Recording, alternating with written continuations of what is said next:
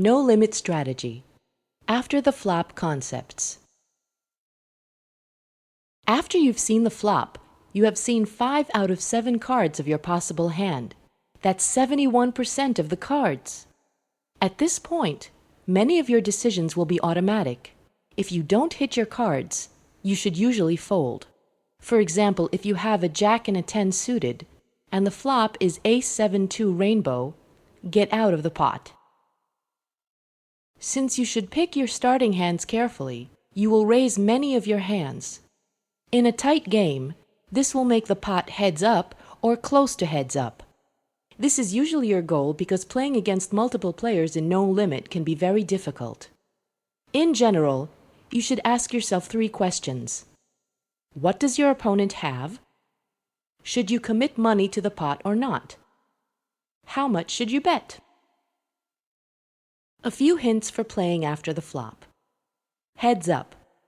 If you were the one that raised the bet pre-flop, you should bet most of the rounds after the flop since it is not likely that your opponent has hit his cards. This is called the continuation bet. If you just called the pre-flop from a late position and your opponent checked, you should usually bet no matter what your cards are, except in 2 situations. Your opponent likes to check raise and slow play, or you have a drawable hand and want to take the free card. Multi-way pots. These hands are harder to play because more people are involved. There is a good chance that someone has a good hand, and even if the pot odds seem better, a good player will use the no-limit option in order to make it not worth chasing for a draw.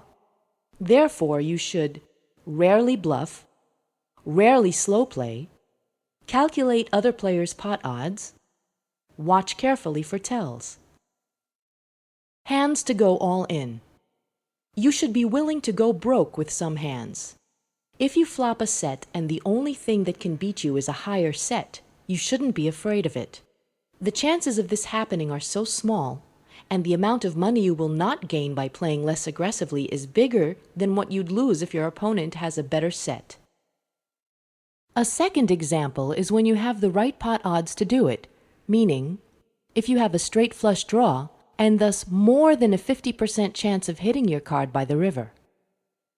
An important rule is that it's better to be the better rather than the caller because by being the better, you have 2 ways to win, by making your opponent fold or by hitting your card.